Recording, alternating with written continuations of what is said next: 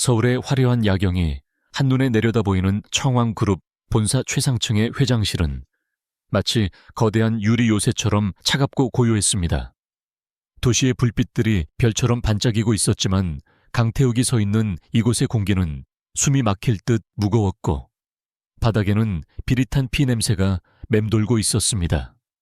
최고급 이탈리아산 대리석 바닥 위에는 한 남자가 무릎을 꿇은 채 공포에 질려 온몸을 사시나무처럼 떨고 있었고 그의 입가에서는 붉은 선혈이 끊임없이 흘러내려 값비싼 카펫을 적시고 있었습니다.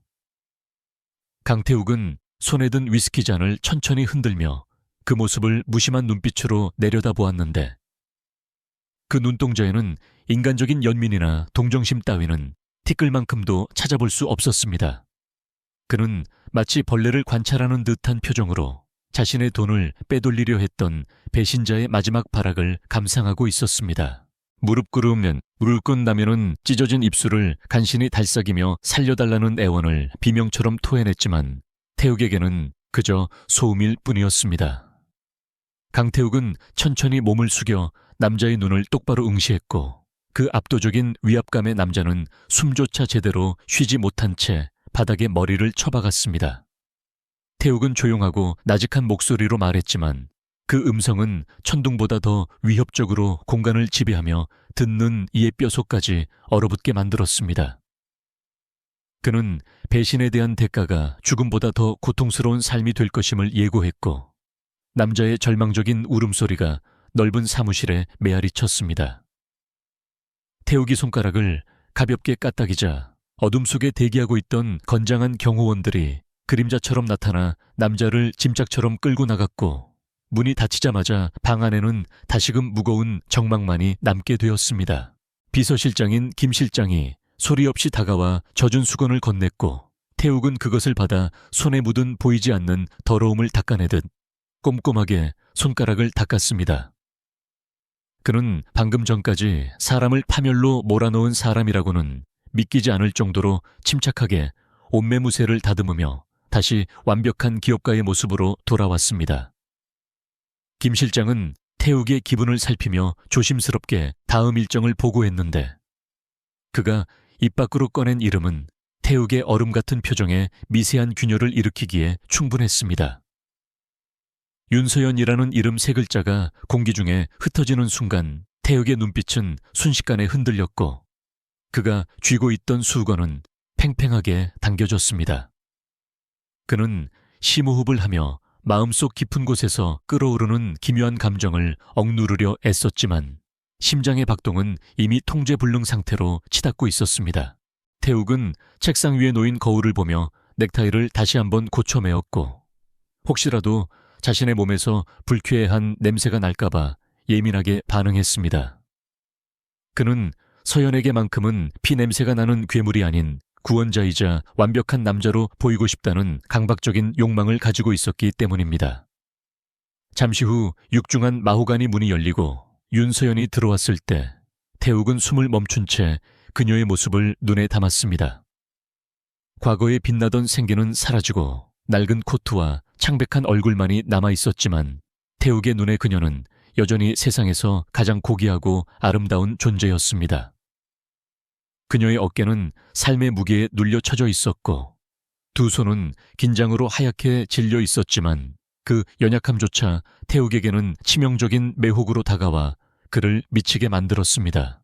윤서연은 눈앞에 앉아있는 남자가 과거 자신과 어떤 인연이 있었는지 전혀 기억하지 못하는 듯 두려움 가득한 눈빛으로 그를 바라보았습니다. 그녀는 빚독촉에 시달리다 못해 마지막 수단으로 소문무성한 청왕그룹의 회장을 찾아왔고 이 자리가 자신의 운명을 결정짓는 단두대와 같다고 느끼고 있었습니다. 서연은 떨리는 목소리를 가다듬으며 아버지의 빚을 탕감해 줄 수 있는 방법을 묻기 위해 입을 열었지만 태욱의 강렬한 시선이 그녀의 입술에 고정되자 말문이 막혀버렸습니다. 그녀는 본능적으로 이 남자가 단순한 채권자가 아니라는 사실을 감지했고 그가 뿜어내는 위험하고도 집요한 아우라에 휩싸여 도망치고 싶은 충동을 느꼈지만 발은 바닥에 얼어붙은 듯 움직이지 않았습니다. 강태욱은 서연이 느끼는 공포를 즐기면서도 한편으로는 그녀를 당장 품에 안고 안심시키고 싶은 이중적인 충동에 시달렸습니다. 그는 서류철을 천천히 밀어 서연의 앞으로 보냈는데 그 안에는 그녀의 상상을 초월하는 금액의 차용증과 함께 그가 직접 작성한 특수 계약서가 들어 있었습니다. 태욱은 펜을 들어 올리며 부드럽지만 거부할 수 없는 어조로 제안을 건넸는데 그것은 빚을 갚는 대신 그녀의 시간을 사는 내용이었습니다. 그는 돈이 필요한 것이 아니라 그녀가 곁에 머무르는 것이 필요하다는 사실을 철저히 숨긴 채 냉철한 사업가의 가면을 쓰고 거래를 종용했습니다. 서연은 계약서의 내용을 읽어내려가며 안색이 더욱 창백해졌지만 그녀에게는 선택의 여지가 없다는 것을 누구보다 잘 알고 있었습니다. 서연은 고개를 들어 태욱을 바라보았고 그 순간 두 사람의 시선이 허공에서 맹렬하게 부딪히며 팽팽한 긴장감을 형성했습니다. 그녀는 이 남자가 자신을 도와주는 척하며 사실은 거미줄에 걸린 나비처럼 자신을 올가매려 한다는 것을 직감했지만 눈앞의 현실은 너무나 가혹했습니다. 아버지를 살리기 위해서는 영혼이라도 팔아야 하는 상황이었기에 그녀는 입술을 깨물며 펜을 집어 들 수밖에 없었습니다. 태욱은 그녀의 가늘게 떨리는 손가락을 응시하며 묘한 정복감과 안도감을 동시에 느꼈고 이제 그녀는 세상의 험난한 풍파가 아닌 자신의 거대한 그늘 아래서만 존재하게 될 것이라고 확신했습니다. 그는 서연이 서명을 마치는 순간까지 늑대처럼 인내심 있게 기다리며 사냥감이 덫에 걸려들기를 지켜보았습니다. 마침내 서연이 서명을 마치고 고개를 떨구자 태욱은 자리에서 일어나 천천히 그녀에게 다가가 거리를 좁혔습니다.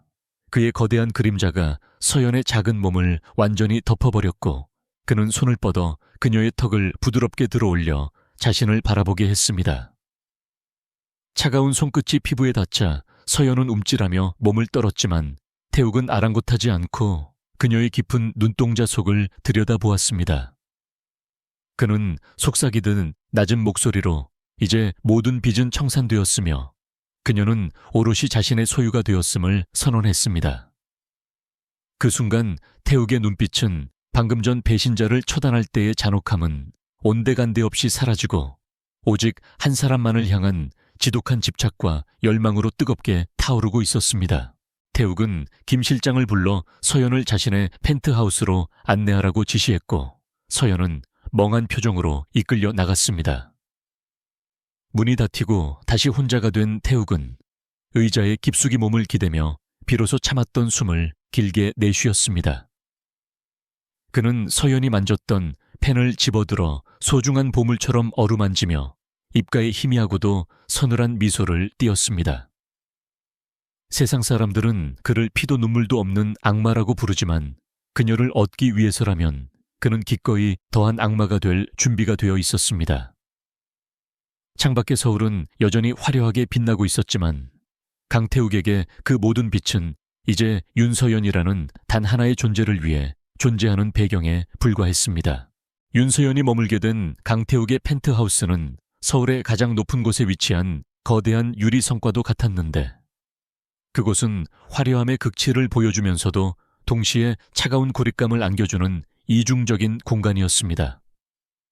구름 위를 걷는 듯한 착각을 불러일으키는 거실에 통유리창 너머로는 도시의 정형이 파노라마처럼 펼쳐져 있었지만 그 유리는 외부의 소음을 완벽하게 차단하여 실내를 숨막히는 정적 속에 가두고 있었습니다. 서연은 발목까지 푹신하게 감싸는 최고급 페르시아 양탄자 위를 걸으며 이곳이 자신에게 주어진 안락한 보금자리가 아니라 탈출구가 없는 황금 세장이라는 사실을 뼈저리게 실감했습니다. 집안 곳곳에는 값을 매길 수 없는 예술품과 조각상들이 질비하게 늘어서 있었지만 그것들은 생기를 잃은 채 서연을 감시하는 차가운 눈동자처럼 느껴져 그녀를 더욱 위축되게 만들었습니다. 집안을 관리하는 고용인들은 마치 훈련받은 그림자처럼 소리 없이 움직였고 서연이 무언가를 필요로 하기도 전에 모든 것을 완벽하게 준비해 두었지만 그들의 눈빛에는 감정이 철저히 배제되어 있었습니다. 서연이 그들에게 말을 걸거나 질문을 던져도 그들은 공손하지만 단호한 태도로 고개를 숙일 뿐 사적인 대화는 일절 허용되지 않았기에 그녀는 철저한 고독 속에 남겨져야 했습니다. 강태욱은 그녀가 손가락 하나 까딱하지 않아도 생활에 불편함이 없도록 모든 시스템을 구축해 놓았지만 그것은 역설적으로 서연의 주체성을 앗아가고 그녀를 무력한 인형으로 만드는 결과를 초래했습니다. 서연은 창가에 서서 까마득한 아래쪽의 세상을 내려다보았고 자유롭게 움직이는 자동차들과 사람들의 모습이 마치 다른 차원의 이야기처럼 아득하게 느껴져 가슴 한구석이 먹먹해지는 것을 느꼈습니다. 한편 강태욱의 하루는 전쟁터와 다름없는 기업의 최전선에서 시작되었는데 그는 아침 회의에서 경쟁사의 숨통을 끊어놓을 인수합병 안건을 냉혹하게 처리하며 하루를 열었습니다. 회의실의 공기는 그의 서늘한 카리스마에 압도되어 얼어붙었고 임원들은 그의 눈치를 보느라 숨조차 크게 쉬지 못했지만 태욱의 머릿속은 온통 집에 두고 온 서연의 생각으로 가득 차 있었습니다. 그는 서류에 서명을 하면서도 그녀가 지금쯤 일어났는지, 밥은 제대로 먹었는지 끊임없이 궁금해하며 수시로 스마트폰을 확인하는 강박적인 모습을 보였습니다. 비서실장은 평소와 달리 집중하지 못하고 안절부절 못하는 회장의 모습에 당혹감을 감추지 못했지만 감히 그 이유를 묻지는 못했고 태욱은 시계 바늘이 느리게 움직이는 것에 짜증을 느끼며 빨리 밤이 오기만을 기다렸습니다. 해가 지고 어둠이 도시에 내려앉을 무렵 태욱은 도망치듯 또 회사 건물을 빠져나와 펜트하우스로 향하는 전용 엘리베이터에 몸을 실었는데 숫자가 올라갈수록 그의 심장은 격렬하게 요동쳤습니다. 현관문 앞에 선 그는 옷매 무새를 가다듬고 표정을 굳히며 밖에서 보였던 잔혹한 지배자의 가면을 벗고 서연이 두려워하지 않을 신사의 가면을 쓰기 위해 심호흡을 했습니다. 문을 열고 들어선 순간 은은하게 퍼지는 서연의 샴푸 향기가 코끝을 스치자 그는 하루 종일 곤두서 있던 신경이 눈 녹듯 사라지는 안도감을 느꼈지만 동시에 그녀를 향한 억누를 수 없는 갈증이 목을 조여왔습니다.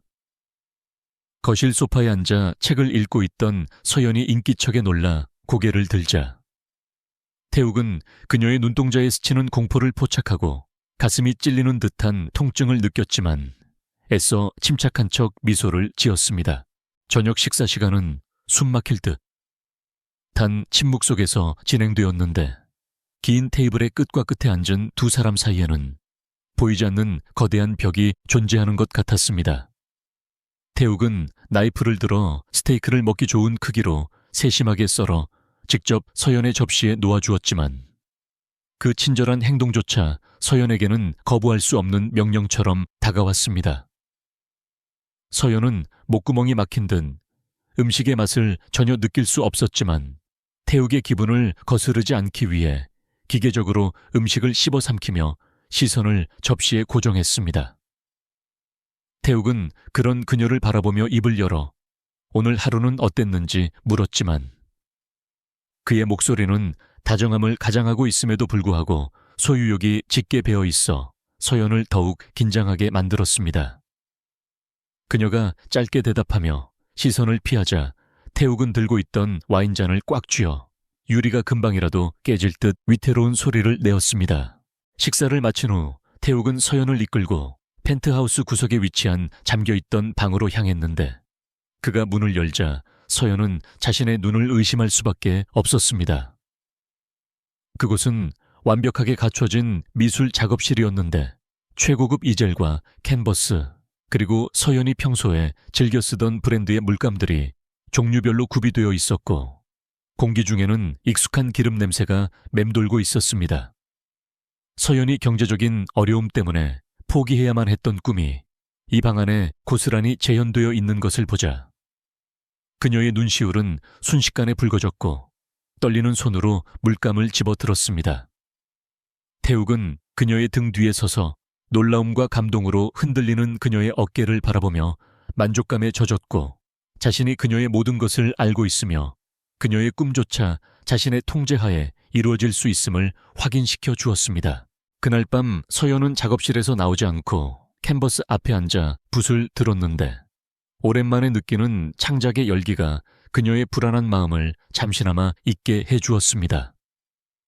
태욱은 자신의 서재로 돌아와 벽면을 가득 채운 모니터들을 통해 작업실에 있는 서연의 모습을 지켜보며 병적인 집착을 드러내기 시작했습니다. 화면 속의 서연이 붓을 움직이며 미소 짓는 모습을 보며 태욱은 손가락으로 모니터 속 그녀의 얼굴을 쓰다듬었고 오직 자신만이 그녀에게 이런 행복을 줄 수 있다는 사실에 도취되었습니다.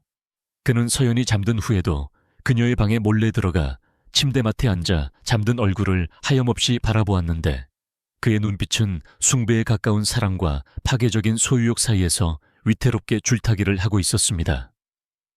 잠든 서연의 머리카락을 조심스럽게 넘겨주며 태욱은 세상의 그 어떤 것도 그녀를 자신에게서 빼앗아갈 수 없다고 나직하게 맹세했습니다. 한편 서울의 음지에서는 청왕그룹의 독주를 못마땅하게 여기는 세력들이 은밀하게 움직이기 시작했는데 그 중심에는 태욱의 영원한 라이벌인 최민석 회장이 있었습니다. 건설업계의 거물인 최민석은 룸살롱의 어두운 밀실에서 고급 양주를 들이키며 태욱의 뒤를 캐고 있던 신복으로부터 흥미로운 보고를 받고 있었습니다. 그는 태욱에게 치명적인 약점이 생겼다는 소식을 접하고 비열한 웃음을 터뜨렸는데 천하의 강태욱이 여자 하나 때문에 흔들리고 있다는 사실이 믿기지 않으면서도 절호의 기회임을 직감했습니다. 최민석은 신복이 건넨 흐릿한 사진 속에 윤서연을 바라보며 담배 연기를 길게 내뿜었고 그 여자를 이용하면 난공불락의 요새인 청왕그룹을 무너뜨릴 수 있을 것이라는 확신에 찬 계획을 세우기 시작했습니다. 최민석은 즉시 정보망을 총동원하여 윤서연의 신상을 털기 시작했고 그녀의 몰락한 집안 배경과 빚 때문에 태욱에게 팔려갔다는 사실까지 알아내며 쾌재를 불렀습니다. 그는 태욱이 서연을 철저하게 숨기고 있다는 점을 역이용하여 대중들에게 태욱의 부도덕한 사생활을 폭로하거나 서연을 직접 위협하여 태욱을 심리적으로 고립시킬 음모를 꾸몄습니다. 최민석은 자신의 부하들에게 서연의 일거수일투족을 감시하라는 명령을 내렸고 필요하다면 그녀를 납치해서라도 태욱을 무릎 꿇리겠다는 잔인한 결의를 다졌습니다. 그는 태욱이 쌓아올린 철옹성 같은 권력의 탑이여자라는 작은 균열로 인해 와르르 무너지는 꼴을 상상하며 광기 어린 웃음을 멈추지 않았습니다. 시간이 흐를수록 서연은 펜트하우스 생활에 조금씩 적응해 갔지만 태욱의 과도한 보호와 감시는 여전히 그녀의 목을 조르는 족쇄처럼 느껴졌습니다. 어느 날 서연은 외출을 허락받기 위해 태욱의 서재를 찾았다가 우연히 책상 위에 놓인 자신의 도찰 사진들을 발견하고 경악을 금치 못했습니다. 사진 속에는 그녀가 펜트하우스 내에서 생활하는 모든 순간들이 담겨 있었고 심지어 잠든 모습까지 적나라하게 찍혀 있어 그녀는 온몸에 소름이 끼치는 공포를 느꼈습니다. 서연은 태욱이 자신을 사랑하는 것이 아니라 수집품처럼 여기며 병적으로 집착하고 있다는 사실을 깨닫고 뒷걸음질 쳤지만 그때 등 뒤에서 서재 문이 닫히는 소리가 들려왔습니다. 태욱은 어느새 서연의 뒤에 서서 차갑게 가라앉은 눈으로 그녀를 내려다보고 있었고 그의 손에는 그녀가 보지 말아야 할 것을 본 것에 대한 불쾌함과 동시에 묘한 흥분이 서려 있었습니다. 서연이 공포에 질려 떨리는 목소리로 왜 이런 짓을 하느냐고 물었지만 태욱은 천천히 다가와 그녀를 벽으로 몰아붙이며 도망칠 곳을 차단했습니다. 그는 서연의 귓가에 입술을 대고 이 모든 것은 너를 지키기 위한 사랑의 방식일 뿐이라며 삐뚤어진 진심을 속삭였고 그의 뜨거운 숨결이 닿자 서연은 다리에 힘이 풀려 주저앉을 뻔했습니다. 태욱은 그런 서연을 단단히 붙잡아 품에 안으며 너는 나의 세상이고 나의 전부이기에 한순간도 시야에서 사라지게 둘 수 없다고 광기 어린 고백을 쏟아냈습니다. 창밖에는 굵은 빗줄기가 쏟아지기 시작했고 천둥 소리가 건물을 뒤흔들었지만 두 사람 사이의 팽팽한 긴장감은 그 어떤 폭풍우보다 더 격렬하게 소용돌이쳤습니다. 서연은 태욱의 품 안에서 벗어나려 발버둥 쳤지만 그의 팔은 강철처럼 단단하여 꼼짝도 할 수 없었고 그녀의 절망감은 깊어만 갔습니다. 태욱은 서연의 공포를 느끼면서도 그녀를 놓아주는 대신 더욱 강하게 끌어안으며 자신의 심장 소리를 들려주었고 이 미친 사랑이 끝나기 전에는 결코 그녀를 놓아주지 않을 것임을 예고했습니다. 어둠 속에서 번개가 칠 때마다 태욱의 얼굴에 드리워진 그림자는 더욱 짙어졌고 서연은 자신이 영원히 탈출할 수 없는 미로에 갇혔다는 사실을 뼈저리게 깨달으며 눈물을 흘렸습니다. 검은색 리무진이 서울의 은밀한 지하 주차장으로 미끄러지듯 들어섰을 때 윤서연은 자신의 심장이 터질 듯이 빠르게 뛰고 있음을 느꼈습니다. 그녀는 오늘 밤 강태욱에 의해 강제로 참석하게 된 비밀 경매 파티를 위해 짙은 붉은색 드레스를 입고 있었는데 등 라인이 과감하게 파인 디자인은 그녀의 창백한 피부를 더욱 돋보이게 만들고 있었습니다. 목에는 수천만 원을 호가하는 다이아몬드 목걸이가 차갑게 빛나고 있었지만 서연에게는 그 화려한 보석이 마치 죄수를 구속하는 쇠사슬처럼 무겁게만 느껴져 숨을 쉬기가 힘들었습니다. 옆자리에 앉은 강태욱은 완벽하게 재단된 검은색 턱시도를 입고 있었는데 그는 차창 밖을 응시하다가 서연의 떨리는 손을 자신의 크고 따뜻한 손으로 덮으며 안심시키듯 부드럽게 쥐었습니다. 하지만 그 손길에는 단순한 위로를 넘어선 소유욕이 짙게 배어 있어 서연은 손을 빼낼 엄두조차 내지 못한 채 굳어 있을 수밖에 없었습니다. 차문이 열리고 쏟아지는 플래시 세례 대신 무거운 정적과 함께 검은 양복을 입은 경호원들의 도열이 두 사람을 맞이했습니다. 이곳은 대한민국 상위 1%만이 출입할 수 있다는 비밀 클럽으로 입구에서부터 뿜어져 나오는 위압감은 일반인들의 접근을 철저히 거부하는 듯했습니다. 태욱은 서연의 허리를 단단히 감싸 안으며 레드카펫 위를 걸었는데 그의 당당하고 오만한 발걸음은 마치 이 거대한 제국의 황제가 입장하는 듯한 착각을 불러일으켰습니다. 로비에 들어서자 화려한 샹들리에 아래 모여있던 정적의 인사들의 시선이 일제히 두 사람에게 쏠렸고 그들의 눈빛에는 호기심과 질투 그리고 경외감이 뒤섞여 있었습니다. 서연은 쏟아지는 시선들이 마치 날카로운 바늘처럼 온몸을 찌르는 듯 단 불쾌함을 느꼈지만 태욱의 단단한 팔에 의지해 간신히 걸음을 옮길 수 있었습니다. 연회장은 황금빛 조명과 최고급 샴페인 그리고 위선적인 웃음소리로 가득 차 있었지만 그 이면에는 서로를 물어뜯으려는 맹수들의 살기가 감돌고 있었습니다. 태욱이 나타나자 사람들이 하나둘씩 다가와 아부를 떨며 인사를 건넸지만 태욱은 그들에게 눈길조차 주지 않은 채 오직 서연의 표정만을 살피는 데 집중했습니다. 그는 서연이 조금이라도 불편한 기색을 보이면 당장이라도 이 자리를 박차고 나갈 기세였기에 주변 사람들은 감히 그들에게 섣불리 말을 걸지 못하고 눈치만 보고 있었습니다. 태욱은 웨이터에게서 샴페인 잔을 받아 서연에게 건네며 긴장을 풀라고 속삭였지만 서연은 눈앞의 화려한 풍경이 현실 같지 않아 현기증을 느꼈습니다. 그녀는 자신이 마치 진열장에 전시된 인형이 된 기분이었고 이 모든 상황을 주도하는 태욱의 권력이 새삼 두렵게 다가왔습니다. 그때 인파를 헤치고 비릿한 미소를 띤 채 다가오는 한 남자가 있었으니 바로 청광그룹의 숙적인 최민석 회장이었습니다. 그는 태욱을 보자마자 과장된 몸짓으로 반가운 척을 하며 다가왔지만 그 눈빛은 먹잇감을 노리는 하이에나처럼 교활하게 빛나고 있었습니다. 최민석은 태욱의 옆에 서 있는 서연을 훑어보며 노골적인 시선을 보냈는데 그 불쾌한 눈길은 서연으로 하여금 본능적인 혐오감을 불러일으켰습니다. 그는 서연의 아름다움을 칭찬하는 척하며 그녀의 출신 성분과 아버지의 파산 이야기를 교묘하게 꺼내어 태욱의 심기를 건드리기 시작했습니다. 주변의 공기가 순식간에 얼어붙었고 사람들은 숨을 죽인 채 두 거물의 대립을 지켜보며 긴장감을 감추지 못했습니다.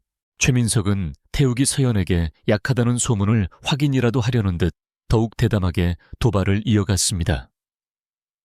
그는 서연에게 다가가 술잔을 권하며 청왕그룹 회장의 애첩으로 사는 기분이 어떠냐는 모욕적인 언사를 서슴지 않고 내뱉었습니다. 그 순간 서연의 얼굴은 치욕스러움에 하얗게 질렸고 손에 든 샴페인 잔이 위태롭게 흔들렸습니다. 그러나 그 말이 끝나기도 전에 쨍그랑하는 날카로운 파열음과 함께 태욱이 들고 있던 와인잔이 최민석의 발치에서 산산조각이 났습니다. 파편이 사방으로 튀며 붉은 와인이 바닥을 적셨지만 태욱의 표정은 소름 끼칠 정도로 차분하게 가라앉아 있어 보는 이들을 더욱 공포에 떨게 만들었습니다. 태욱은 천천히 최민석에게 다가가 그의 귓가에 나직하게 속삭였는데 그 목소리는 지옥에서 들려오는 사신의 경고와도 같았습니다. 강태욱은 최민석의 넥타이를 거칠게 잡아당기며 만약 한 번만 더 그 더러운 입을 놀려 내 사람을 모욕한다면 그 혀를 뽑아버리겠다고 경고했습니다. 태욱의 눈동자에서는 이성을 잃은 맹수의 광기가 번득였고 그 압도적인 살기에 눌린 최민석은 얼굴이 사색이 되어 뒷걸음질 쳤습니다.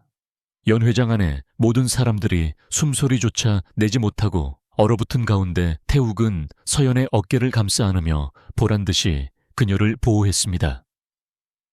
그는 이 자리에 있는 모든 사람들에게 윤서연이 단순한 동행인이 아니라 자신이 목숨을 걸고 지키는 존재임을 명확하게 각인시켰습니다. 최민석은 굴욕감에 입술을 깨물며 물러설 수밖에 없었고 태욱은 그를 벌레 보듯 무시하며 서연을 데리고 경매가 진행되는 홀 중앙으로 이동했습니다. 잠시 후 어수선했던 분위기가 가라앉고 경매가 시작되자 사회자는 짐짓 활기찬 목소리로 분위기를 띄우려 노력했습니다. 수많은 예술품들이 곡에 낙찰되는 동안에도 태욱은 경매에는 전혀 관심이 없다는 듯 오로지 서연의 손장난만을 바라보고 있었습니다. 그러던 중 무대 위에 낡고 쓸쓸한 풍경을 담은 유화 한 점이 올라왔는데 서연은 그 그림을 보자마자 시선을 떼지 못했습니다. 그것은 무명 화가의 작품이었지만 그림 속의 고독한 풍경이 현재 자신의 처지와 너무나 닮아 있어 서연의 마음을 깊이 울렸던 것입니다. 태욱은 서연의 눈빛이 흔들리는 것을 놓치지 않고 포착했고 곧바로 번호판을 들어 올려 경매에 참여했습니다. 최민석은 아까의 굴욕을 만회하려는 듯 태욱이 입찰하자마자 가격을 2배로 높여 부르며 회방을 놓기 시작했습니다. 경매장은 두 사람의 자존심 대결로 인해 순식간에 뜨겁게 달아올랐고 그림의 가격은 본래 가치를 훨씬 뛰어넘어 천정부지로 치솟았습니다. 서연은 당황하여 태욱의 소매를 잡으며 그만하라고 말렸지만 태욱은 오히려 여유로운 미소를 지으며 그녀의 손을 부드럽게 쓰다듬었습니다. 그는 사회자가 부르는 가격을 듣지도 않고 단번에 그 10배에 달하는 금액을 제시해버렸는데 그 액수는 장내를 경하게 빠뜨릴 만큼 비현실적인 것이었습니다.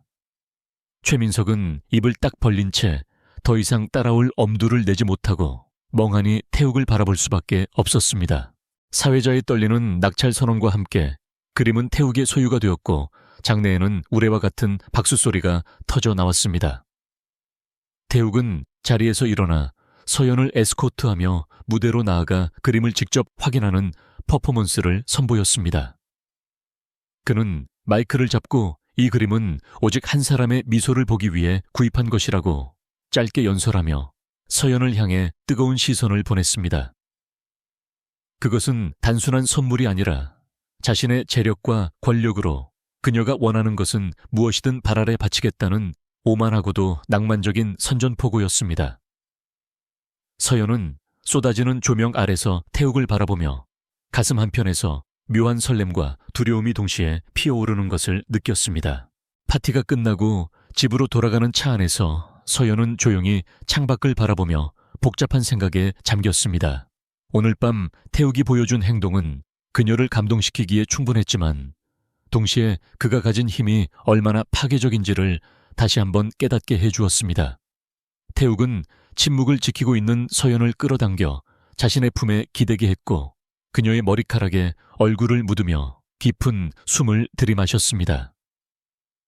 그는 오늘 최민석이 그녀에게 했던 말들이 귓가에 맴돌아 견딜 수 없는 분노를 느꼈지만 지금 이 순간 그녀가 자신의 곁에 있다는 사실 하나만으로 간신히 이성을 붙잡고 있었습니다. 태욱은 서연의 손등에 입을 맞추며 세상 그 누구도 너를 건드릴 수 없게 만들겠다고 나직하게 맹세했습니다. 펜트하우스에 도착했을 때 태욱은 피곤해하는 서연을 안아 침실까지 데려다 주었고 그녀를 침대에 눕힌 뒤 이불을 꼼꼼하게 덮어주었습니다. 서연이 잠든 척 눈을 감고 있자 태욱은 침대맡에 앉아 그녀의 얼굴을 한참이나 내려다보았습니다. 그는 오늘 밤 자신이 보여준 광기가 혹여나 그녀를 겁먹게 하지는 않았을까. 걱정하면서도 그녀를 지키기 위해서라면 악마가 되는 것도 마다하지 않겠다는 다짐을 되새겼습니다. 태욱은 서연의 이마에 조심스럽게 입을 맞추고 방을 나갔지만 문 밖에서 한참 동안 서성이며 쉽사리 발길을 떼지 못했습니다. 어둠 속에서 그의 눈빛은 사냥감을 지키는 맹수처럼 번뜩였고 이제 시작된 전쟁에서 반드시 승리하여 그녀를 온전한 자신의 것으로 만들겠다는 집착은 더욱 깊어져만 갔습니다. 한편 굴욕을 맛보고 돌아간 최민석은 분노로 인해 사무실의 집기들을 모조리 때려 부수며 고함을 질렀습니다. 그는 태욱이 자신을 공개적으로 망신 준 것을 결코 잊지 않겠다고 다짐하며 피 묻은 손으로 전화를 걸어 은밀한 지시를 내렸습니다. 그것은 태욱의 가장 큰 약점인 윤서연을 제거하거나 납치하여 태욱을 무너뜨릴 결정적인 한 방을 준비하라는 명령이었습니다. 밤은 깊어가고 서울의 화려한 불빛 아래서는 두 남자의 욕망과 집착이 얽혀 피비린내 나는 전쟁의 서막을 알리고 있었습니다. 서연은 꿈속에서도 자신을 죄어오는 검은 그림자에 시달리며 불안한 잠을 청했고 그녀의 운명은 폭풍우 속의 촛불처럼 위태롭게 흔들리고 있었습니다. 서울의 밤하늘은 겉보기에 평온해 보였지만 청광그룹의 물류 창고가 위치한 외곽 지역에서는 시뻘건 불길이 치솟아 오르며 전쟁의 서막을 알리고 있었습니다. 최민석 회장이 보낸 용역 깡패들이 한밤중에 기습적으로 방화를 저질렀고 이로 인해 수백억 원에 달하는 물품들이 잿더미로 변해버리는 초유의 사태가 발생했습니다. 강태욱은 펜트하우스의 서재에서 대형 모니터를 통해 현장의 참혹한 광경을 지켜보고 있었는데 그의 눈동자는 타오르는 불길보다 더 뜨거운 분노로 이글거리고 있었습니다. 그는 단순한 비즈니스 경쟁을 넘어 자신의 영역을 침범하고 생명을 위협하는 최민석의 도발을 결코 묵과할 수 없었기에 주먹을 꽉 쥐어 손바닥에 피가 맺힐 정도였습니다.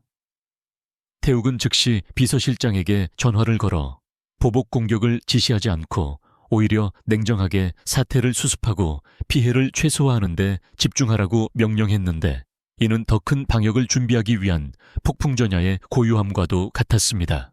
상황이 급박하게 돌아가자 태욱은 더 이상 펜트하우스에 머물며 원격으로 지시를 내릴 수 없는 상황에 처하게 되었고 직접 현장으로 나가 조직원들을 지휘해야만 했습니다. 그는 옷장에 걸린 검은색 가죽 재킷을 꺼내 입으며 허리춤에 호신용 권총을 챙겼는데 그 모습은 기업의 총수가 아닌 전장을 향해 떠나는 전사의 비장함이 감돌았습니다. 태욱은 거실로 나와 불안한 표정으로 서 있는 윤서연을 마주했고 잠시 망설이다가 성큼성큼 다가가 그녀를 와락 끌어안았습니다. 그의 몸에서 풍기는 차가운 가죽 냄새와 화약 냄새가 서연의 코끝을 자극했지만 그녀는 이상하게도 거부감을 느끼지 않고 오히려 그의 떨리는 심장 소리에 귀를 기울였습니다. 태욱은 서연의 귓가에 금방 다녀오겠다는 말을 남겼지만 그 목소리에는 다시는 돌아오지 못할 수도 있다는 두려움과 그녀를 두고 떠나야 하는 안타까움이 짙게 배어 있었습니다. 태욱이 떠난 후 펜트하우스는 다시금 무거운 침묵에 휩싸였고 서연은 넓은 거실에 홀로 남겨져 창밖의 어둠을 응시했습니다. 그녀는 태욱이 떠나기 전 신신당부하며 배치해둔 최정예 경호팀이 집 주변을 철통같이 지키고 있다는 사실을 알고 있었지만 가슴 한구석에 자리 잡은 불안감은 쉽게 사라지지 않았습니다. 서연은 잠을 이루지 못하고 집 안을 서성이다가 평소에는 잘 들어가지 않던 태욱의 서재로 발걸음을 옮겼는데 그곳에는 그가 급하게 나가느라 미처 정리하지 못한 서류들이 책상 위에 흩어져 있었습니다. 그녀는 호기심과 걱정이 뒤섞인 마음으로 책상에 다가갔고 우연히 강태욱이라는 이름이 적힌 낡은 진료 기록부와 빛바랜 사진 한 장을 발견하게 되었습니다. 서연은 떨리는 손으로 파일을 열어보았고 그 안에 담긴 내용은 그녀가 상상조차 하지 못했던 충격적인 진실들이었습니다. 진료 기록부에는 태욱이 오랫동안 심각한 불면증과 공황장애, 그리고 외상 후 스트레스 장애에 시달려왔다는 의사의 소견이 적나라하게 기록되어 있었습니다. 또한 함께 들어있던 사진 속에는 어린 시절의 태욱으로 추정되는 소년이 온몸에 멍과 상처를 입은 채 웅크리고 있는 모습이 담겨 있어 보는 이의 가슴을 저미게 만들었습니다. 서연은 태욱이 태어날 때부터 잔혹한 괴물이 아니라 지옥 같은 환경에서 살아남기 위해 스스로를 무장하고 감정을 거세해야만 했던 가여운 피해자였다는 사실을 깨닫게 되었습니다. 그녀는 그동안 태욱이 보여주었던 폭력적인 성향과 집착이 사실은 버림받지 않기 위한 처절한 몸부림이자 사랑을 갈구하는 비명이었음을 이해하게 되면서 그를 향한 두려움이 연민으로 바뀌는 것을 느꼈습니다. 서연의 눈가에는 어느새 뜨거운 눈물이 고였고 그녀는 태욱이 짊어지고 있던 삶의 무게가 얼마나 무거웠을지 짐작조차 할 수 없어 가슴이 먹먹해졌습니다. 다음 날 아침 서연은 태욱에게 전화를 걸어보았지만 연결이 되지 않았고 뉴스에서는 청왕그룹과 경쟁업체 간의 갈등이 격화되고 있다는 보도가 끊임없이 흘러나왔습니다. 불안한 마음을 달래기 위해 서연은 그림 복원 작업에 필요한 안료를 직접 구하러 나가기로 결심했는데 경호 팀장은 위험하다며 만류했지만 그녀의 고집을 꺾을 수는 없었습니다. 결국 경호 팀장은 태욱이 가장 신뢰하는 부하들로 구성된 호위팀을 붙여 서연의 외출을 허락했고 검은색 세단 세대가 나란히 펜트하우스 지하 주차장을 빠져나갔습니다. 하지만 그들은 꿈에도 몰랐던 사실은 경호팀 내부 깊숙한 곳에 최민석 회장이 심어놓은 첩자가 숨어 있었으며 그가 이미 서연의 이동 경로와 차량 정보를 실시간으로 적들에게 전송하고 있다는 것이었습니다. 차가 시내를 벗어나 한적한 도로에 접어들었을 때 운전대를 잡고 있던 경호원은 백미러를 통해 뒤따라오는 수상한 트럭들을 발견하고 긴장한 표정으로 무전을 쳤습니다. 하지만 무정기에서는 잡음만 들려올 뿐 본부와의 통신은 이미 차단된 상태였고 앞서 가던 선두 차량이 갑자기 끼어든 덤프트럭과 충돌하며 굉음과 함께 전복되는 사고가 발생했습니다. 서연이 타고 있던 차량은 급제동을 걸며 멈춰 섰지만 곧이어 사방에서 몰려든 검은 승합차들이 그들을 포위하며 퇴로를 완벽하게 차단해버렸습니다. 경호원들은 즉시 차에서 내려 무기를 꺼내들고 서연을 보호하려 했지만 수적으로 열세인 상황에서 그들은 적들의 무자비한 공격에 하나둘씩 쓰러져 갔습니다. 서연은 차 안에서 공포에 질려 비명을 질렀지만 방탄유리 너머로 보이는 광경은 지옥도와 다름없었고 그녀를 지켜줄 사람은 아무도 없는 것처럼 보였습니다. 치열한 격투 끝에 마지막 남은 경호원마저 피를 흘리며 쓰러지자 적들은 쇠파이프로 서연이 타고 있던 차의 창문을 내려치기 시작했습니다. 방탄유리에 거미줄 같은 금이 가기 시작하더니 결국 둔탁한 소리와 함께 산산조각이 났고 거친 손길이 차 안으로 들어와 서연의 머리채를 휘어잡았습니다. 그녀는 필사적으로 저항하며 태욱의 이름을 불렀지만 그녀의 외침은 차가운 아스팔트 바닥에 힘없이 흩어질 뿐이었습니다. 괴한들은 서연을 짐짝처럼 끌어내어 준비해둔 승합체에 태웠고 그녀의 입에 재갈을 물리고 검은 두건을 씌워 시야를 차단했습니다.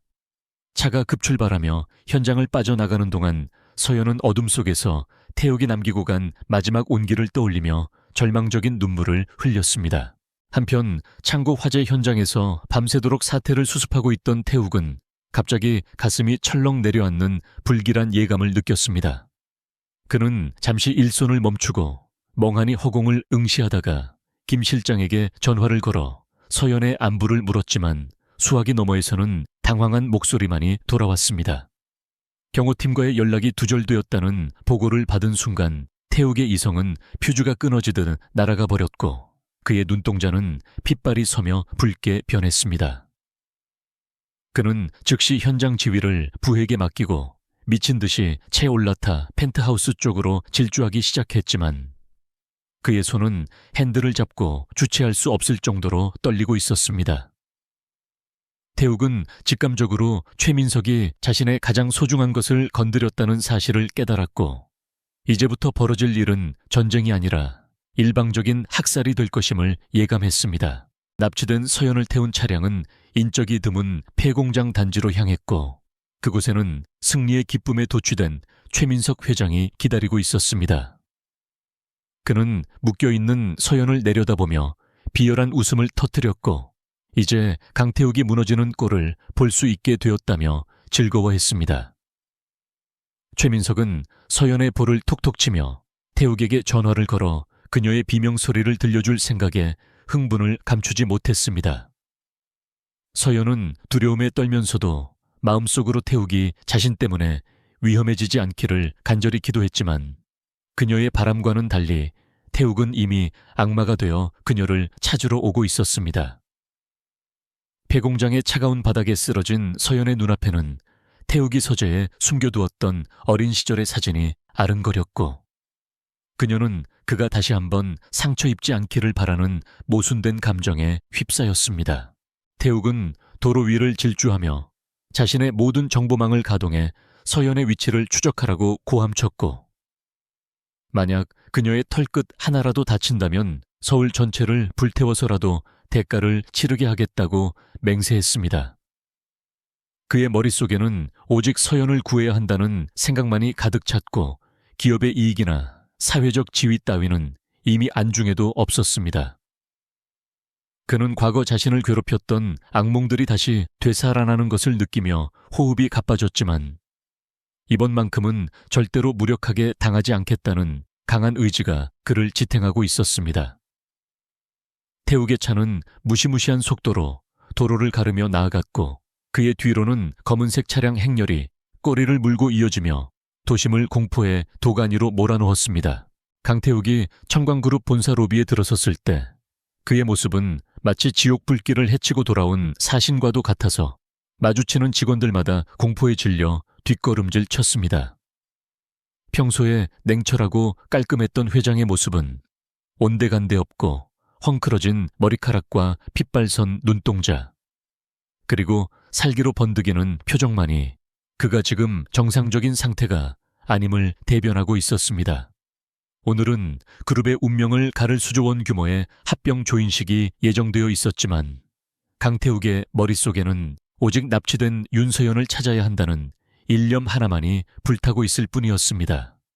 임원진들이 다급하게 달려와 회의 시작 시간이 임박했음을 알렸지만 태욱은 그들의 말을 듣는 둥 많은 둥 무시한 채 곧장 보안 상황실이 있는 지하 벙커로 발걸음을 옮겼습니다.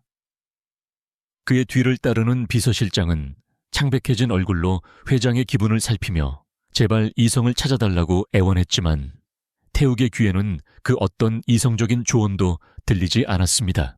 지하 벙커에 육중한 철문이 열리고 태욱이 들어서자 수십 명의 보안 요원들이 숨조차 크게 쉬지 못하고 기립하여 그를 맞이했습니다.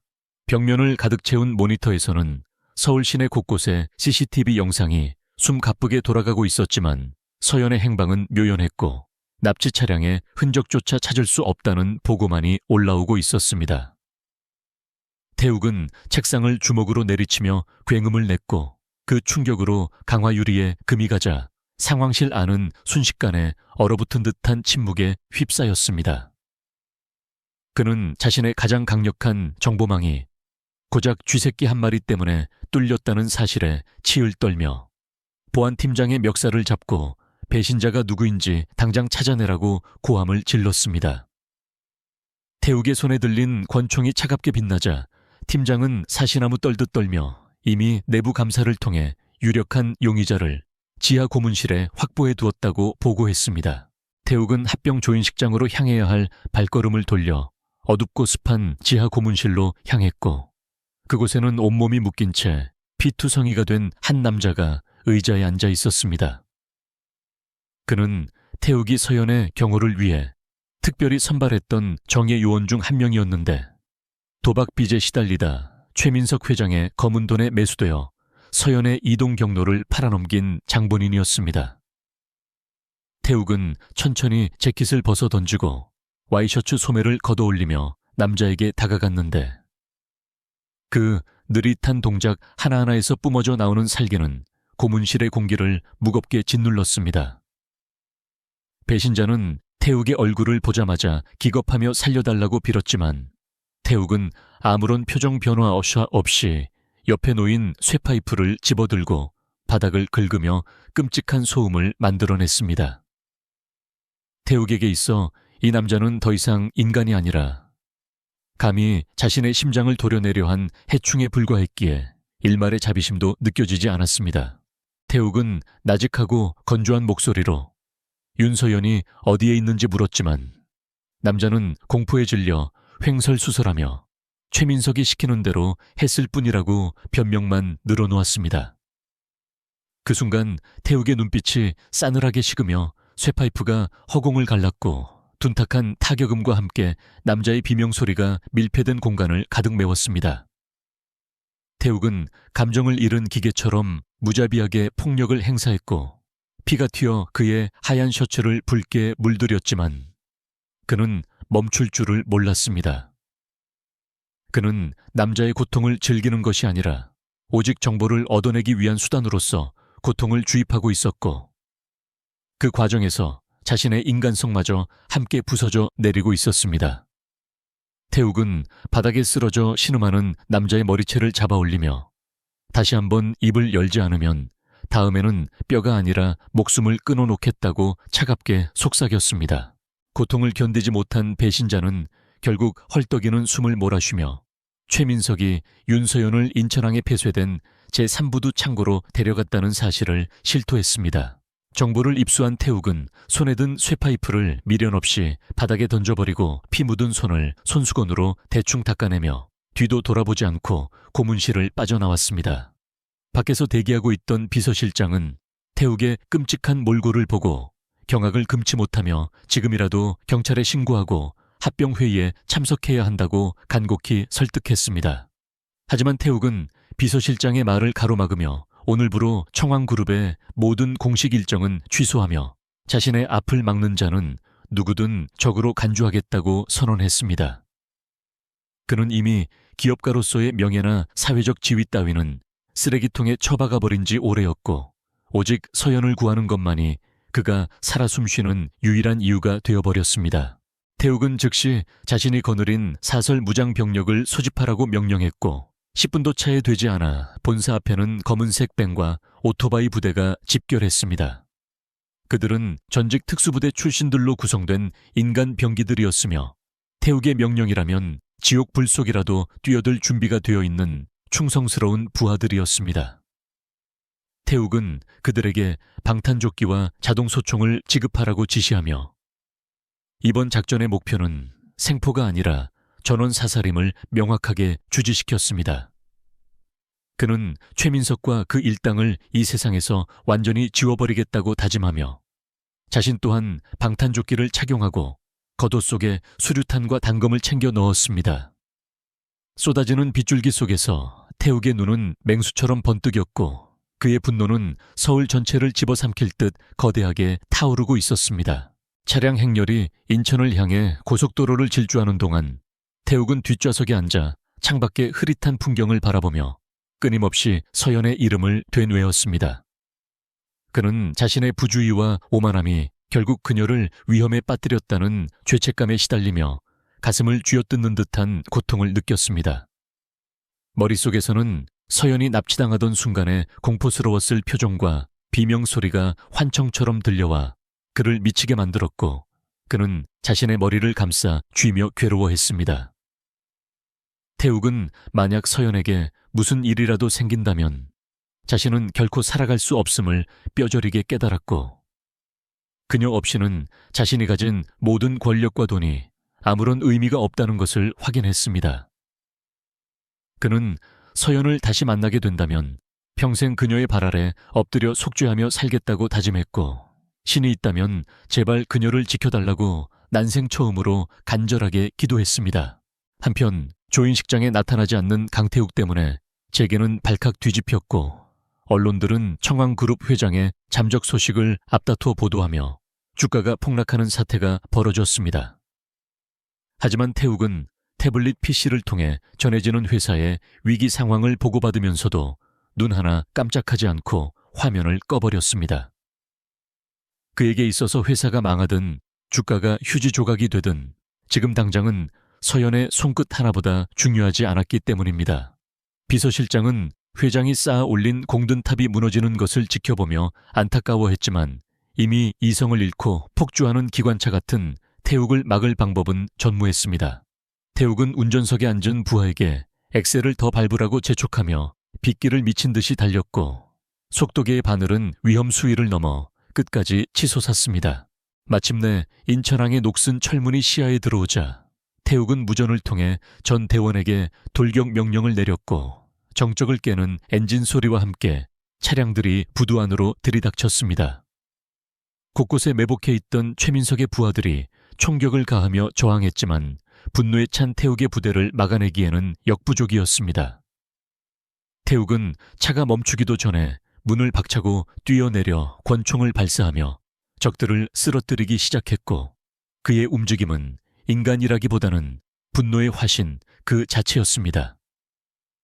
그는 빗발치는 총알을 두려워하지 않고 오직 서연이 갇혀 있을 것으로 추정되는 컨테이너 박스를 향해 직진했고, 그의 앞을 가로막는 자들은 처참한 최후를 맞이했습니다. 태욱의 흰 셔츠는 이미 피와 흙탕물로 엉망이 되었지만 그의 눈빛만은 어둠 속에서도 형형하게 빛나며 적들을 압도했습니다. 부두 안쪽 깊숙한 곳에서는 최민석이 묶여있는 서연을 희롱하며 태욱이 오기만을 기다리고 있었는데, 밖에서 들려오는 폭발음과 총소리에 당황한 기색을 감추지 못했습니다. 그는 태욱이 이렇게 빨리 그리고 이렇게 무모하게 쳐들어올 줄은 예상하지 못했기에 부하들에게 서연을 끌고 도망칠 준비를 하라고 소리쳤습니다. 하지만 서연은 밖에서 들려오는 굉음이 태욱이 자신을 구하러 온 신호임을 직감하고 두려움 속에서도 희미한 희망의 끈을 놓지 않았습니다. 그녀는 마음속으로 태욱의 이름을 부르며 제발 다치지 말고 무사히 와달라고 빌었고, 눈앞의 악당들에게 굴복하지 않겠다는 듯 입술을 깨물며 버텼습니다. 폭풍우가 몰아치는 인천항은 두 남자의 운명을 건 최후의 결전장이 되어가고 있었고, 피비린내 나는 밤은 이제 절정을 향해 치닫고 있었습니다. 인천항의 낡은 창고는 폭우가 쏟아지는 밤하늘 아래서 거대한 무덤처럼 음산하게 서 있었고, 그 주변에는 이미 강태욱의 부대와 최민석의 용역들이 벌이는 격렬한 총격전으로 화약 연기가 자욱했습니다. 태욱은 빗발치는 총탄을 뚫고 마치 불사신처럼 앞으로 나아갔는데, 그의 검은색 코트는 이미 비와 피로 무겁게 젖어 있었지만 그의 발걸음에는 조금의 망설임도 없었습니다. 앞을 가로막는 적이 나타날 때마다 그는 기계적인 정확도로 방아쇠를 당겨 쓰러뜨렸고, 탄창이 비면 망설임 없이 상대의 무기를 빼앗아 사용하며 전진했습니다. 그의 눈앞에는 오직 윤서연이 갇혀있는 컨테이너 박스의 위치만이 붉은색 표적처럼 선명하게 각인되어 있었고, 그 외의 모든 것은 제거해야 할 장애물에 불과했습니다. 태욱의 부하들이 뒤를 따르며 어모 사격을 퍼붓는 동안 그는 가장 위험한 선두에 서서 죽음을 두려워하지 않는 광전사처럼 적진을 유린했습니다. 창고 내부로 진입하자 습하고 곰팡내 나는 공기가 코를 찔렀고, 어두운 통로 곳곳에서 매복해 있던 적들이 튀어나와 쇠파이프와 칼을 휘두르며 덤벼들었습니다. 태욱은 근거리에서 총을 쏠 겨를도 없이 달려드는 적의 손목을 꺾어 제압하고, 그 반동을 이용해 옆에 있던 다른 적의 명치를 가격하며 순식간에 두 사람을 무력화시켰습니다. 그의 격투 스타일은 화려함과는 거리가 먼 철저한 살상 위주의 기술들이었기에 뼈가 부러지는 끔찍한 소리가 끊임없이 울려 퍼졌고 바닥은 금세 붉은 피로 흥건해졌습니다. 한 놈이 뒤에서 기습적으로 휘두른 칼이 태욱의 옆구리를 스치고 지나가며 날카로운 통증을 안겨주었지만 그는 신음소리조차 내지 않고 뒤돌아서서 공격자의 목을 움켜쥐었습니다. 태욱의 악력에 목이 졸린 남자가 허공에 발을 버둥거리다 축 늘어지자 그는 시체를 쓰레기처럼 던져버리고 상처 부위를 손으로 꾹 누른 채 다시 걸음을 옮겼습니다. 태욱이 지나간 자리에는 신음하는 적들과 부서진 집기들만이 남았고 그가 내뿜는 압도적인 살기에 눌린 남은 적들은 감히 더 이상 접근할 엄두를 내지 못하고 뒷걸음질 쳤습니다. 그는 피로 얼룩진 셔츠가 찢어져 상처가 드러난 채였지만 고통은 오히려 그의 정신을 더욱 명료하게 만들었고 서연을 구해야 한다는 본능을 날카롭게 벼려주었습니다.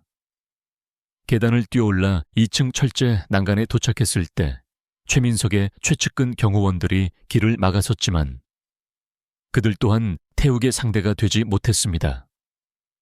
태욱은 총알이 떨어진 권총을 둥이처럼 사용하여 적의 머리를 가격하고 난간 아래로 떨어뜨리며 짐승처럼 포효했습니다.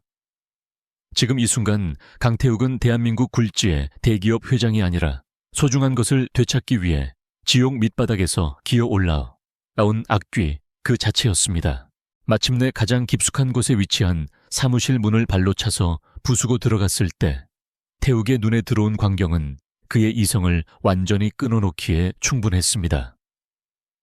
윤서연은 의자에 묶인 채 입가에 피를 흘리고 있었고 그녀의 머리에는 최민석이 떨리는 손으로 권총을 겨누고 있었습니다. 서연은 태욱을 보자마자 안도감과 공포가 뒤섞인 눈물을 쏟아냈지만 재갈이 물려있어 아무런 말도 하지 못한 채 고개만 저으었습니다. 최민석은 피투성이가 되어 나타난 태욱의 모습에 기겁하며 한 발짝만 더 다가오면 여자의 머리통을 날려버리겠다고 악을 썼습니다. 하지만 태욱은 그 협박이 들리지 않는다는 듯 천천히 그리고 묵직하게 최민석을 향해 걸어갔고 그의 눈동자는 깊은 심연처럼 검고 차갑게 가라앉아 있었습니다. 태욱은 총을 버리라는 최민석의 외침에 코웃음을 치며 손에 들고 있던 빈 권총을 바닥에 던졌지만 걸음을 멈추지는 않았습니다. 그는 최민석의 눈을 똑바로 응시하며 네가 감히 방가쇠를 당길 용기라도 있느냐고 조소했고 그 도발적인 태도는 최민석을 극도의 불안감으로 몰아넣었습니다. 공포에 질린 최민석이 비명을 지르며 결국 방아쇠를 당겼고 탕하는 총성과 함께 태욱의 어깨에서 붉은 피가 솟구쳤습니다. 서연은 비명을 지르며 몸부림쳤지만 태욱은 총을 맞고도 뒤로 물러나기는커녕 충격을 버티며 오히려 속도를 높여 최민석에게 달려들었습니다. 당황한 최민석이 다시 총을 쏘려 했지만 거리는 이미 좁혀진 상태였고 태욱의 무쇠 같은 주먹이 최민석의 손목을 강타하여 총을 떨어뜨리게 만들었습니다. 이어지는 상황은 싸움이라기보다는 일방적인 응징이자 처절한 복수의 향연이었습니다.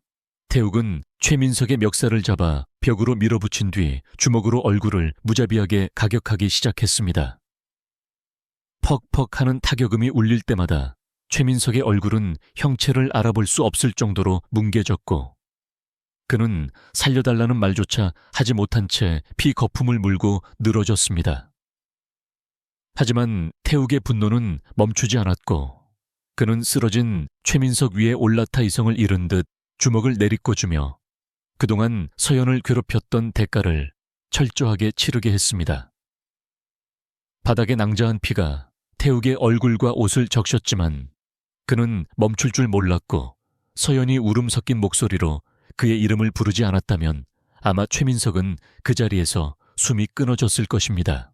서연의 목소리가 귓가에 닿는 순간 태욱의 주먹이 허공에서 멈췄고 그는 거칠게 숨을 몰아쉬며 천천히 고개를 돌려 서연을 바라보았습니다. 광기로 가득 찼던 그의 눈동자가 서연을 마주하자 순식간에 흔들리며 초점을 되찾았고 그는 자신이 무슨 짓을 하고 있었는지 자각한 듯 흠칫 놀라며 최민석에게서 물러났습니다. 태욱은 비틀거리는 몸을 일으켜 서연에게 다가갔지만 피 묻은 자신의 손이 그녀를 더럽힐까봐 차마 만지지 못하고 주저했습니다. 그는 떨리는 손으로 주머니에서 칼을 꺼내 서연을 묶고 있던 밧줄을 끊어내고 입에 물린 재갈을 조심스럽게 풀어주었습니다. 자유가 된 서연이 울음을 터뜨리며 그를 바라보자 태욱은 죄책감과 안도감이 뒤섞인 표정으로 무너져 내렸습니다. 강태욱은 서연의 발치에 무릎을 꿇고 고개를 떨구며 어린아이처럼 흐느끼기 시작했는데 이는 그가 세상 그 누구에게도 보여준 적 없는 가장 나약하고 처참한 모습이었습니다. 그는 피투성이가 된 손으로 서연의 무릎을 감싸 안으며 늦게 와서 미안하다고, 지켜주지 못해서 미안하다고 끊임없이 사과했습니다. 천하를 호령하던 잔혹한 총재의 모습은 온데간데 없고 오직 사랑하는 여자를 잃을까봐 공포에 떨었던 한 남자만이 그 자리에 남아 있었습니다. 태욱은 자신의 더러운 피가 그녀에게 묻을까 걱정하면서도 그녀의 온기를 느끼지 않고서는 견딜 수 없어 얼굴을 그녀의 치맛자락에 파묻고 오열했습니다. 그의 등은 격한 감정으로 인해 심하게 들썩거렸고 총 맞은 어깨에서는 계속해서 피가 흘러내려 바닥을 적셨습니다. 서연은 눈앞에서 무너져 내린 태욱을 내려다보며 가슴이 찢어지는 듯한 아픔을 느꼈고 그제야 이 남자가 자신을 얼마나 절박하게 사랑하고 있는지 뼈저리게 깨달았습니다. 그녀는 두려움을 잊고 태욱의 피 묻은 머리카락을 쓰다듬으며 그를 끌어안았고 괜찮다고 다독이며 함께 눈물을 흘렸습니다. 서연의 손길이 닿자 태욱은 더욱 서럽게 울음을 터뜨리며 그녀의 허리를 꽉 끌어안았고 마치 세상의 끝에서 구원받은 사람처럼 그녀에게 매달렸습니다.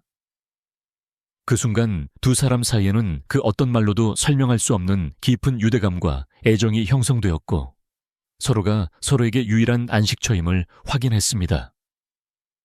밖에서는 빗소리가 여전히 거세게 들려왔지만 창고 안은 두 사람의 울음소리와 거친 숨소리로 가득 찼습니다. 잠시 후 뒤늦게 도착한 김 실장과 특수 부대원들이 상황을 정리하기 위해 사무실로 들어왔지만 그들은 눈앞의 광경을 보고 입을 다물 수밖에 없었습니다. 그들의 절대적인 군주이자 냉혈한이었던 강태욱 회장이 한 여자 앞에서 무릎을 꿇고 울고 있는 모습은 충격 그 자체였기 때문입니다. 김 실장은 부하들에게 눈짓을 보내 조용히 최민석을 끌고 나가게 했고 의료진을 대기시키며 두 사람만의 시간을 방해하지 않으려 노력했습니다. 태욱은 주변의 인기척에도 아랑곳하지 않고 서연의 품에서 안정을 찾으려 애썼고 서연은 그런 태욱을 놓지 않고 끝까지 안아주었습니다. 피와 폭력으로 얼룩진 밤이었지만 그 끝에는 서로를 향한 진심만이 남았고 이 사건은 두 사람의 관계를 완전히 새로운 국면으로 이끄는 전환점이 되었습니다.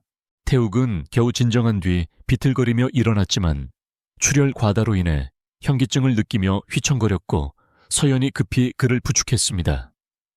그는 희미해지는 의식 속에서도 서연의 얼굴을 어루만지며 다시는 너를 혼자 두지 않겠다고 맹세했고 서연의 손을 꽉 잡은 채 놓지 않았습니다. 의료진이 달려들어 태욱을 들것에 싣고 나가는 동안에도 그는 시선을 서연에게 고정하고 있었고 서연 또한 그의 곁을 떠나지 않고 구급차에 함께 올랐습니다. 빗줄기가 잦아들고 새벽이 밝아오고 있었지만 인천항의 패창고는 그날 밤 있었던 잔혹하고도 슬픈 사랑의 증거들을 고스란히 간직한 채 침묵 속에 잠겨들었습니다. 강태욱은 모든 것을 걸고 윤서연을 지켜냈지만 그 대가로 자신의 가장 깊은 바닥을 드러내야 했고 이제 그는 더 이상 완벽한 갑옷을 입은 기사가 아니었습니다. 구급차 안에서 태욱은 산소 마스크를 쓴 채 가쁜 숨을 몰아쉬면서도 옆에 앉은 서연의 손을 잡고 엄지손가락으로 부드럽게 문질렀습니다. 서연은 그의 손을 두 손으로 감싸쥐고 눈물을 닦으며 그가 무사하기만을 간절히 기도했고 그 모습은 태욱에게 있어 생애 가장 아름다운 장면으로 각인되었습니다. 태욱은 흐릿한 시야 속에서 서연이 자신을 걱정하고 있다는 사실에 묘한 행복감을 느끼며 서서히 의식을 잃어갔습니다. 그가 잠든 사이에도 그의 손은 서연을 놓지 않았고 서연은 창백해진 그의 얼굴을 바라보며 이제는 자신이 그를 지켜줄 차례라고 다짐했습니다. 도시는 다시 깨어나고 있었지만 두 사람의 세상은 이제 막 새로운 새벽을 맞이하고 있었습니다. 병원 VIP 병실의 창너머로 쏟아지는 눈부신 아침, 햇살이 강태욱의 무거운 눈꺼풀을 자극하며 그를 깊은 잠에서 깨웠습니다. 희미한 소독약 냄새와 기계 돌아가는 규칙적인 소음 속에서 그는 천천히 눈을 떴고 흐릿한 시야가 점차 선명해지자 하얀 천장이 눈에 들어왔습니다.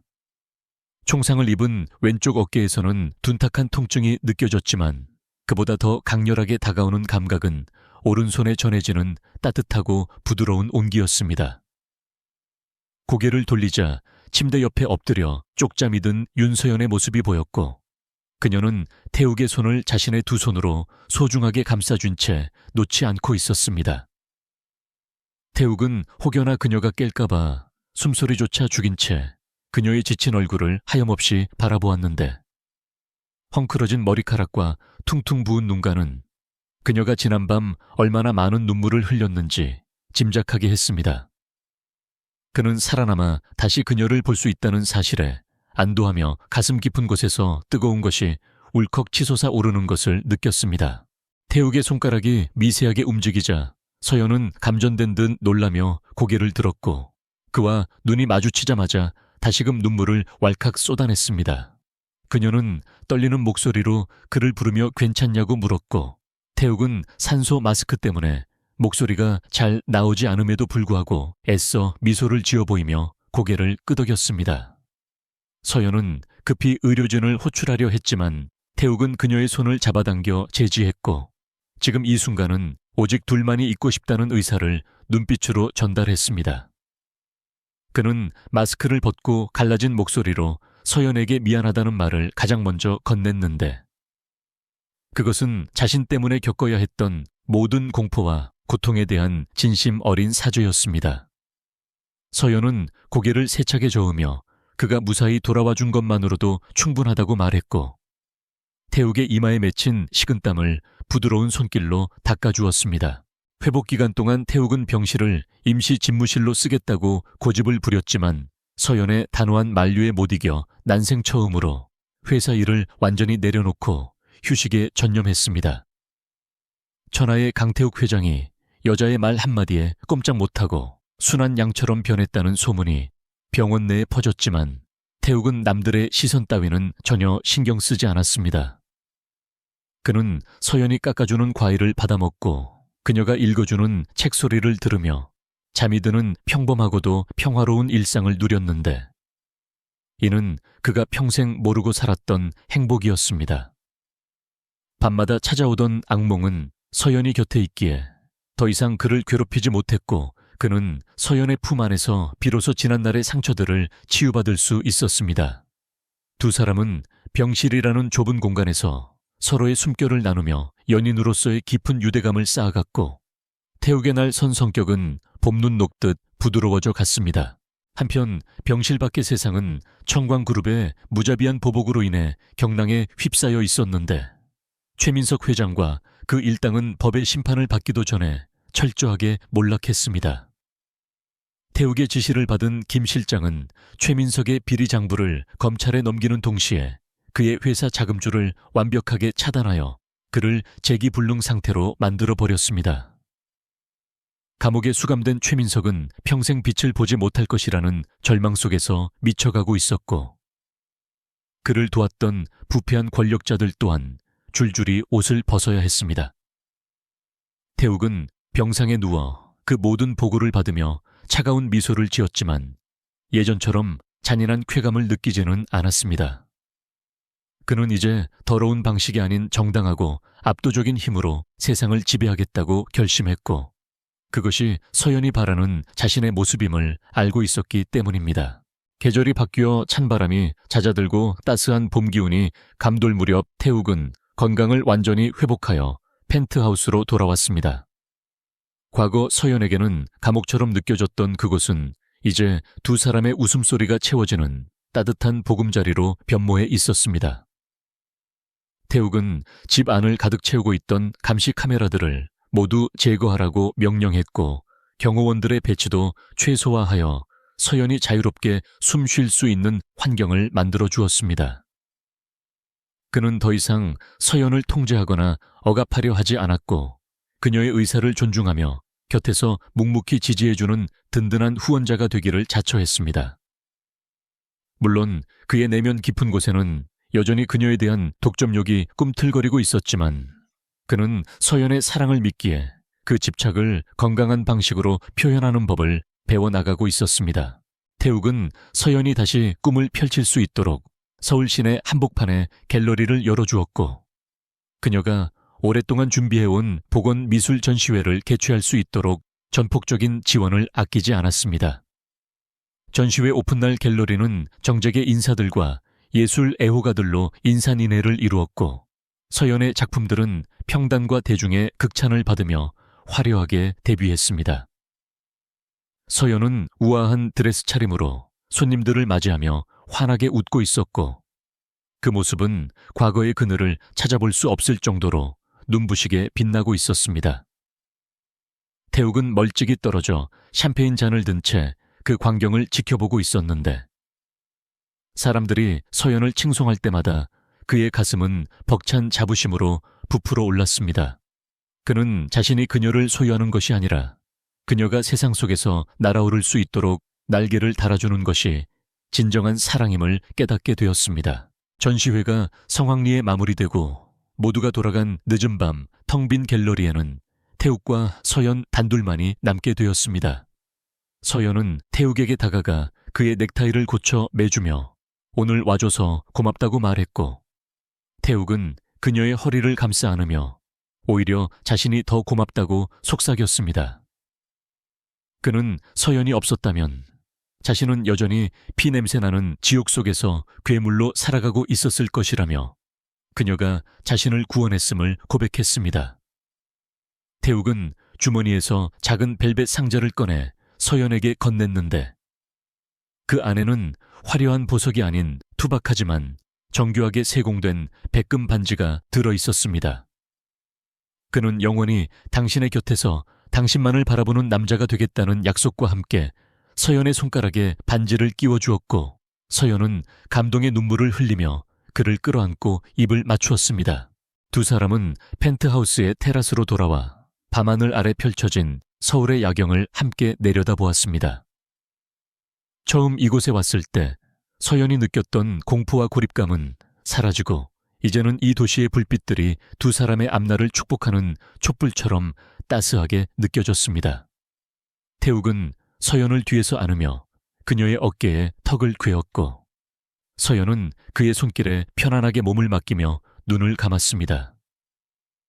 태욱은 세상 모든 사람들에게는 여전히 냉혹하고 두려운 총재였지만 오직 이 여자 앞에서는 한없이 약하고 다정한 남자가 되어 있었습니다. 그는 자신의 권력과 부가 서연을 지키기 위한 방패가 될 수 있다면 그것으로 충분하다고 생각하며 더 이상 세상의 평가 따위는 중요하지 않게 되었습니다. 차가운 밤바람이 불어왔지만 두 사람의 천은 서로를 녹일 듯 뜨거웠고 태욱은 서연의 귓가에 사랑한다고 속삭였습니다. 그 목소리는 과거의 강압적인 명령이 아니라 영혼을 바치는 맹세와도 같았고 서연은 나도 사랑한다고 화답하며 그의 손을 더욱 꽉 잡았습니다. 어둠 속에서 두 사람의 그림자는 하나로 겹쳐졌고 그들은 서로가 서로의 그림자를 안아주며 비로소 완전한 하나가 되었습니다. 강태욱은 이제 알 수 있었습니다. 진정한 강함은 남을 짓밟고 올라서는 것이 아니라 소중한 사람을 위해 기꺼이 무릎 꿇을 수 있는 용기라는 것을 말입니다. 피와 권력 위에 위태롭게 서 있던 남자는 이제 사랑이라는 단단한 대지 위에 뿌리를 내리고 비로소 안식을 찾았습니다. 시간이 흘러도 세상은 여전히 잔혹하고 비정하겠지만 두 사람은 서로의 손을 놓지 않고 그 어떤 폭풍우도 함께 헤쳐나갈 것입니다. 강태욱에게 윤서연은 세상의 끝이자 시작이었고 윤서연에게 강태욱은 가장 위험하지만 가장 안전한 안식처였습니다. 펜트하우스의 불빛은 밤새 꺼지지 않았고 두 사람의 사랑 이야기는 잔혹한 동화의 끝에서 가장 아름다운 현실이 되어 계속될 것입니다. 세상 모든 것을 가진 남자가 단 한 여자를 위해 모든 것을 걸었던 그들의 이야기는 서울의 밤하늘에 영원히 지지 않는 별처럼 새겨졌습니다.